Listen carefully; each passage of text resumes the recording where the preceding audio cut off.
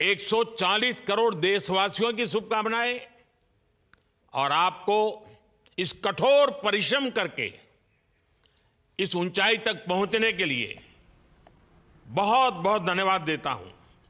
भारत माता की जय। विंग कमांडर रवीश मल्होत्रा ने भी बड़ी मेहनत की, उनकी भी हम प्रशंसा करते हैं। आपकी उड़ान भारत और सोवियत संघ के बीच मैत्री की एक सुंदर मिसाल है। इस क्षेत्र में सोवियत संघ के उदारतापूर्ण सहयोग की भारत सरकार सराहना करती है। आज हम बात करने वाले हैं भारत के दूसरे और आईएसएस पर जाने वाले पहले ग्रुप कैप्टन शुभांशु शुक्ला की। लेकिन क्या आप जानते हैं 1984 में विंग कमांडर राकेश शर्मा भी अंतरिक्ष जा चुके थे। फिर 41 साल तक कोई भारतीय अंतरिक्ष पर क्यों नहीं गया? ये सवाल हमें भारतीय अंतरिक्ष सफर की एक दिलचस्प कहानी तक ले जाता है। Everyone, namaskar from space. I'm thrilled to be here with my fellow astronauts, as Peggy said, one veteran and 3 rookies, and wow, what a ride it was. Frankly, when I was sitting in the capsule in Grace yesterday on the launch pad, my only thought in my mind was that let's just go. After 30 days of quarantine, it was a feeling that I just wanted to go. The excitement and all was, probably far away. It was just the feeling that let's just leave here. Hi guys, आप देख रहे हैं think ground और मैं हूं सारा खान।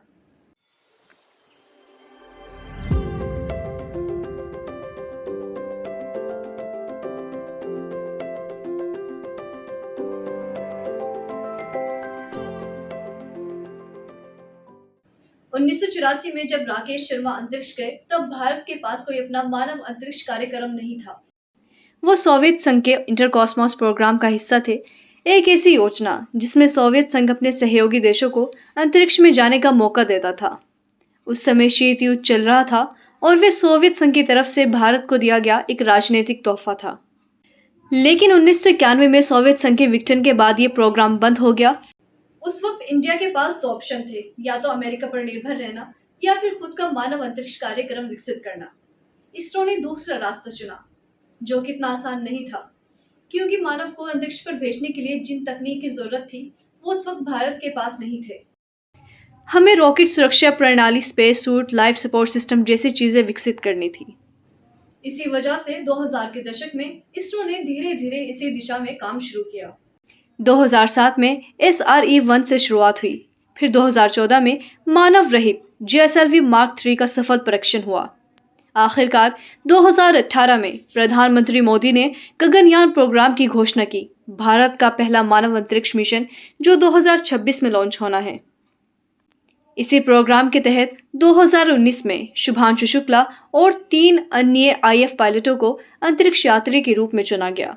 उन्हें रूस के यूरी गगरिन सेंटर में ट्रेनिंग के लिए भेजा गया। लेकिन 2024 में एक बड़ा मौका मिला, एक्सएम मिशन 4, जो एक प्राइवेट मिशन था जिसमें नासा, SpaceX और इसरो के साथ काम कर रहे थे। इस मिशन के लिए शुभांशु को कड़ी ट्रेनिंग से गुजरना पड़ा। उन्होंने SpaceX के हेडक्वार्टर में क्रू ड्रैगन कैप्सूल की ट्रेनिंग ली, ISS के मॉड्यूल्स के बारे में सीखा और जीरो ग्रेविटी में काम करने का अभ्यास किया। साथ ही उन्होंने IISc बेंगलोर के साइंटिस्ट के साथ मिलकर उन प्रयोगों की तैयारी की जो वो ISS पर करने वाले थे। ये मिशन भारत के लिए इसलिए भी खास था क्योंकि ये पहली बार था जब भारत ने किसी अंतर्राष्ट्रीय स्पेस मिशन में पहली बार एक समान भागीदार के रूप में हिस्सा लिया।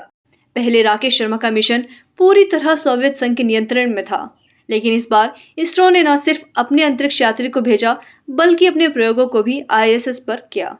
ये मिशन गगनयान प्रोग्राम के लिए एक बेहतरीन टेस्टिंग ग्राउंड साबित होगा। 2026 में जब भारतीय अंतरिक्ष यात्री अपने ही रॉकेट और कैप्सूल से अंतरिक्ष जाएंगे तो शुभांशु शुक्ला का ये अनुभव बेहद काम आएगा।